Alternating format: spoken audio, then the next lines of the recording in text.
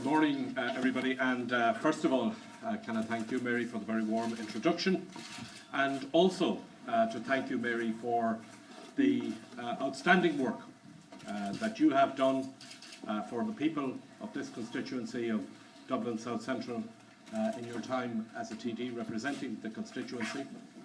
To wish you well in your retirement from the Dáil, it's only retirement from the Dáil, and I look forward to working with you in many capacities in the years ahead, and indeed to join with you in expressing the hope for our three candidates in this constituency, Henry Upton, Eric Byrne and Michael Conaghan. And I'm particularly conscious too that we're here in the John Gallagher, in John Gallagher's home ground. John, the man who has done enormous work for the Labour Party as a councillor for this area, for the people of this area, and for this community. Because at the end of the day, that's what politics is about. It's about families.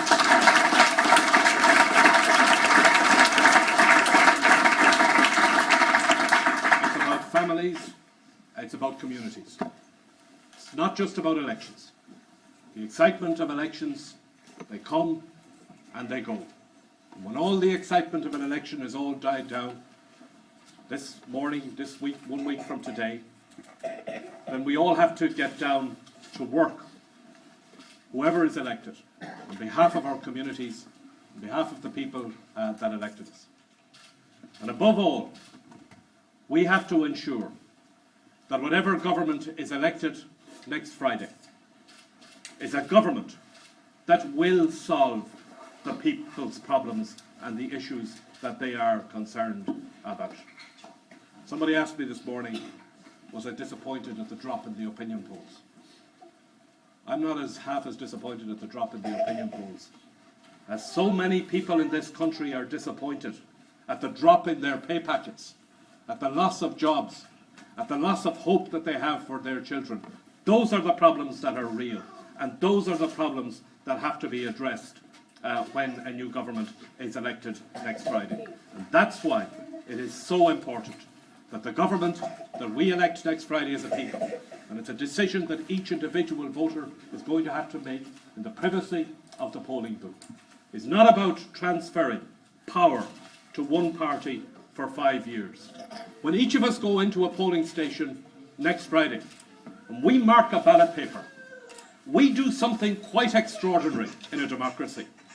We transfer the sovereign power that we have as individual citizens and as voters to a candidate, to a political party.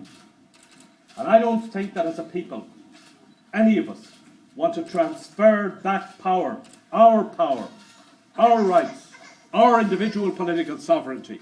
I don't believe that anybody will want to transfer that totally to one political party. I believe that people will want to ensure that there is balance, that there is fairness, and that the issues that preoccupy this community, that the issues for which John Gallagher has worked all of his life as a community activist and as a representative of the Labour Party, that they're the issues that are going to be the top of a government's agenda.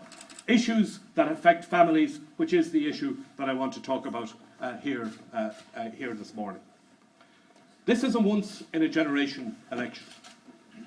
The choice that we all of us together make next Friday will shape our country for decades to come. The government that is elected on Friday has immediate and urgent challenges to face. But the decisions it takes will affect how it is to grow up, to raise a family, to grow old in Ireland in the years to come. The choice that this generation makes on Friday will truly shape the lives of the next generations. This election is about economics. It is about banks and interest rates and government deficits. That is as it should be. We have debated those issues for weeks, and we will continue to debate them right up to polling day. But they matter because of what they mean for families. And yet so far in this election, we have hardly talked about families at all. In an election campaign, we have to talk about families. And we have to talk about values. Because they both matter. And because if we don't talk about them now, then when will we talk about them? Let's not wait until after the election to talk about families, because then it will be too late. Family is so important to Ireland. For the vast majority of us, it is the number one priority in our lives. The one constant that keeps us going. It is often the chief topic of personal conversations, the ups and the downs, fallings out and bridges mended, parents sick, teenagers causing headaches. Yet family is so rarely talked about in the public conversation. The conversation that's carried on in our newspapers or on the radio or in politics. The same is true of children. It feels like the only time children, their lives, their rights, their well-being are talked about in public is when something dreadful happens, when their country has failed them. I believe that that's not good enough.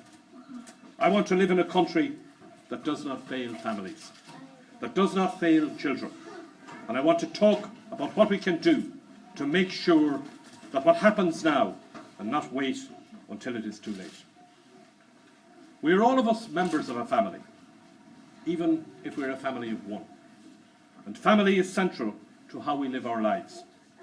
Families have good days and bad days. Families come in every shape and size.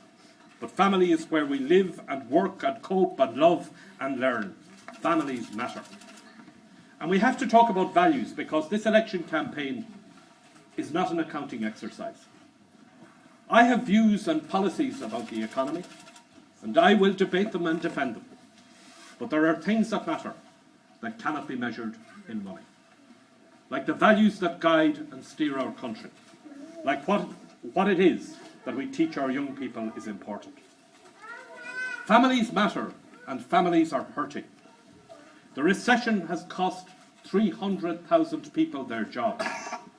These people are not statistics. They are not even just workers.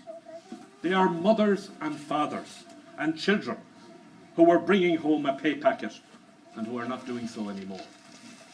They are people that I meet on the canvas, at home, in the middle of the day, who only want one thing, to work. They are the people I meet on the canvas whose sons and daughters have left to look for work elsewhere.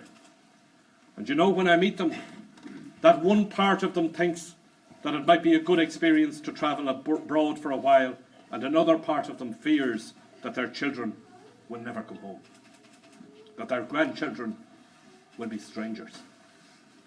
Families are hurting when a parent says to me, "Look, we can manage right now, but when my daughter does her leaving cert next year, I won't have the money for her to go to college." Families are hurting when people are put to the pin of their collar to pay the bills and meet the mortgage and have been hit hard by the universal social charge. This election is about international economics and government budgets, but it is also about home economics and the family budget. The first thing that we can do is to make sure that families can stay afloat in this recession. That means making sure that anyone in trouble with their mortgage, who is making an honest effort to pay their debts, should have guarantee that for at least 2 years they will not lose their home. That means no more hikes in income tax for anyone earning less than 100,000 a year, because families have taken enough of a hit already. But it also means looking after the small things that can really stretch families, like not cutting child benefit any further. Enough is enough. Families can take no more. And looking after families means looking beyond their front door too. Looking at the kind of country we are and the kind of country we want, not just for ourselves, but for our children as well. In this election, the country is broken into 43 constituencies. But there is a 44th constituency. The people who don't have votes are children. Children cannot be the forgotten constituency in this election.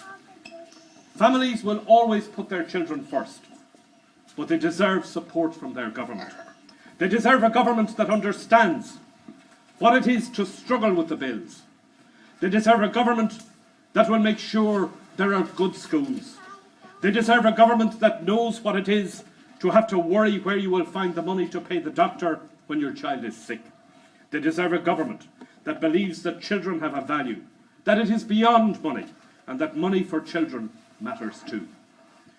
Families will always put their children first, but none of us can raise our children entirely on our own. We need good schools, we need good health services, and we need safe places for our children to play.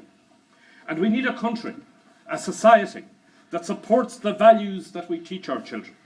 Because as any parent knows, if you say or do something, it won't be long before you see your children play it back to you again. So if we as adults in this society, adults who vote and who lead, tell our children and our young people that it's every man or woman for themselves, then don't be surprised when our children and young people grow further apart from each other and grow further apart from the generation that raised them. In this election, we have to talk about not just who governs this country, but the values that govern our society. This is our country. We should be the ones who set the values, like saying that it is utterly unthinkable that a teenager thinks the way to settle an argument is to pull a knife. Like saying that we want our children to judge each other, not just on what you wear or by the label on your jeans, but what you give back to the community. Like saying that there is too much alcohol in too many of our children's lives, and that is something that needs to change. Like saying that if our children should not be asked to grow up too quickly so that they could become young consumers. Like saying that too many of our children are dying on our roads. Like saying that no child should leave school unable to read. Like saying that greed is not good, especially when it is at the top of our government and in the banks. Like saying that it is in service to each other that we find the best in ourselves. No one political party can lead a conversation about values on its own, just as none of us can change our country on our own. This is a debate that involves us all, but the values of government do matter. We need a government that gives priority to the needs of families. We will only get that government if we choose it. Each of us has to make up our mind how we vote on Friday. But together, on Friday, we can change our society, and we can elect a fair and a balanced government that families in this country need. Thank you very much.